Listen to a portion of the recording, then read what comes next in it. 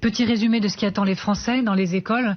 FO s'attend à de nombreuses classes fermées, une mobilisation qui va durer. Dans les transports, l'intersyndicale SNCF anticipe une grève puissante. La CGT RATP vise carrément une journée zéro transport.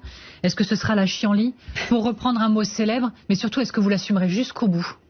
Mais cette réforme, je vous le dis de manière très calme, mais très déterminée, cette réforme sera adoptée. Quel que soit les blocages dans la rue exprimés malgré les écoles fermées, cette réforme entrera en vigueur. Et justement, les Français n'auront pas la double peine. Ils n'auront pas d'un côté la pénalisation de grèves qui peuvent profondément bousculer leur vie quotidienne quand on ne peut pas déposer ses enfants à l'école, quand on ne peut pas prendre le métro, quand on ne peut pas prendre le Transilien.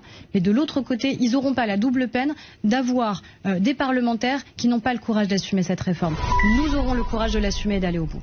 Marie-Pierre Haddad avec le hashtag Le Grand Jury. Dans tous les commentaires qu'on reçoit, on voit vraiment que les internautes commencent à avoir peur des conséquences sur leur vie quotidienne de ces blocages et de ces manifestations. Est-ce que vous leur dites tout simplement, mais préparez-vous, ça va arriver et voilà, ce n'est qu'une façon de la part des syndicats de montrer les muscles et il faut s'y faire.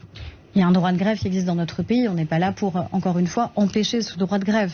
C'est évidemment pas notre objet. Par contre, on a un service minimum qui existe dans les transports et qui doit être exercé à la RATP et à la SNCF. On a un service minimum d'accueil à l'école. Et je demande aux collectivités d'être particulièrement mobilisées pour permettre, encore une fois, d'accueillir les enfants, parce qu'il y a un certain nombre de parents qui n'auront pas la possibilité, encore une fois, d'avoir une alternative pour les faire garder s'ils souhaitent aller travailler. Donc je crois que c'est une mobilisation collective, de solidarité qui doit pouvoir exister. Encore une fois, il y a un droit de grève qui existe dans notre pays. Ce droit de grève n'est pas un droit de blocage, n'est pas le droit d'entraver les Français qui veulent aller travailler. Et heureusement, le législateur a bien fait les choses parfois, et notamment sur les services minimums qui existent dans les transports et à l'école.